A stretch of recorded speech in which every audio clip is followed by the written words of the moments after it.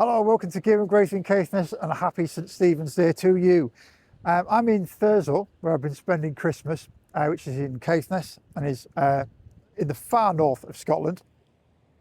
And you can see just over my shoulder, if you go down the coastline, obviously there are the clouds in the background, but below the clouds, you can maybe just about make out Dunnet Head, which is the most northerly point of the British Isles. And then around that way, sort of John O'Groats.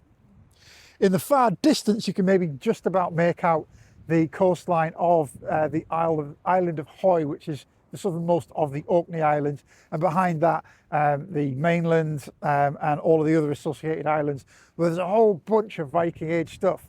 However, there is also a bunch of Viking Age stuff on the northern mainland too.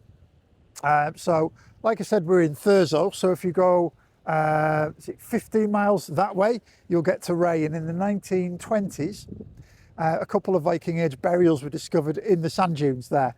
Now, one of them was of a male, and he had a shield boss and a Peterson Type E axe, which are basically the same types as the ones that you'll see behind me in the workshop back home.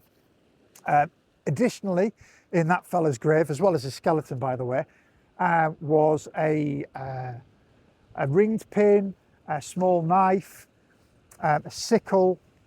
Was there anything else? Some flint, I think, as well. And then there was a female burial, which included, as well as a skeleton again, a pair of oval brooches, a ringed pin, a spindle whorl, and a bridle bit for a horse, and a weird sort of buckley type thing, which looked kind of more like a slider, really, rather than a buckle with a tongue. So they were discovered in the 1920s. If you go, I think, how many miles? 5 miles that way, which would be east, you'll find Castleton. And Castleton in the 18th century, in the 1700s, was discovered a Viking Age burial, which included a pair of oval brooches and a jet bracelet. And I think there was a bone pin there, which might have been used to fasten a burial shroud. And if you go southeast rather, another like 20 miles towards Wick, another Viking Age burial was found there in the 19th century, which featured again a skeleton and a set of oval brooches, another set of oval brooches. So that's 1, 2, 3 sets of oval brooches in this sort of in this sort of northerly area of the British Isles. And then if you go down to Thurso Beach, which is just down there-ish, I can't remember the precise circumstances of this find, but a single oval brooch, I believe, is found washed up on Thurso Beach. So presumably there was another Viking Age burial around here. Now, on top of that, there's a domestic site at Freswick Links, which is 20 miles east of here, that way. And Freswick Links was a Viking Age site that remained in use into the medieval period, the sort of the late Norse era of Caithness. And at that site, there's a whole bunch of stuff like combs. What else?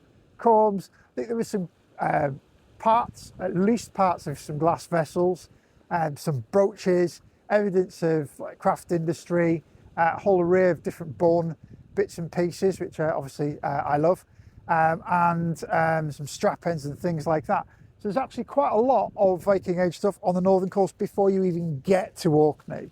And then on Orkney itself, there's the cemeteries at Pirrawall, and the other one is at the West Ray, which are on the islands just to the north of the mainland.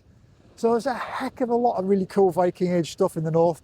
Some of it's in the is it the North Coast Visitor Centre it's called now. Used to be Caithness Horizons.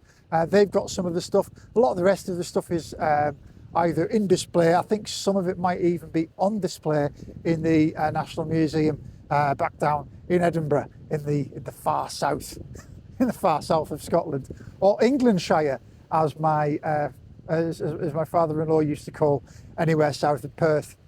Anyway, happy St Stephen's Day. Hope you enjoy the rest of the 12 days of Christmas, and I'll see you in the next one.